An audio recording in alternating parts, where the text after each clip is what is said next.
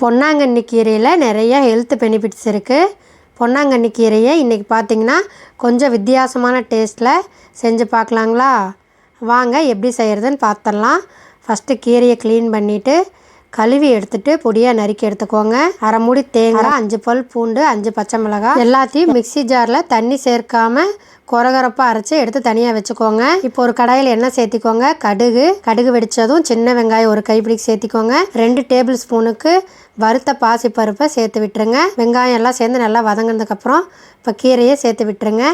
நல்லா வதக்கி விடுங்க. தண்ணி சேர்க்காமல் நல்லா வதக்கி விடுங்க. இப்போ பார்த்தீங்கன்னா 1 கப் அளவு தண்ணி சேர்த்திக்கிறேன். அதாவது கீரை முழுகிற அளவுக்கு சேர்த்திக்கோங்க. பாதி தண்ணி வற்றினதுக்கப்புறம் மிக்ஸி ஜாரில் கோர்ஸாக அரைச்சி வச்சுருந்த தேங்காய் விழுதி சேர்த்து விட்டுருங்க. தேவையான அளவு உப்பு சேர்த்திக்கோங்க. தண்ணி எல்லாம் சுத்தமாக வற்றினதுக்கப்புறம் ஸ்டவ் ஆஃப் பண்ணிடுங்க. வித்தியாசமான சுவையில் கீரை பொரியல் ரெடி ஆயிடுச்சு. கண்டிப்பாக இந்த ரெசிபி உங்கள் வீட்லேயும் நீங்களும் செய்து பாருங்கள். எப்படி வந்துச்சுன்னு எனக்கு கமெண்ட் பண்ணுங்கள்.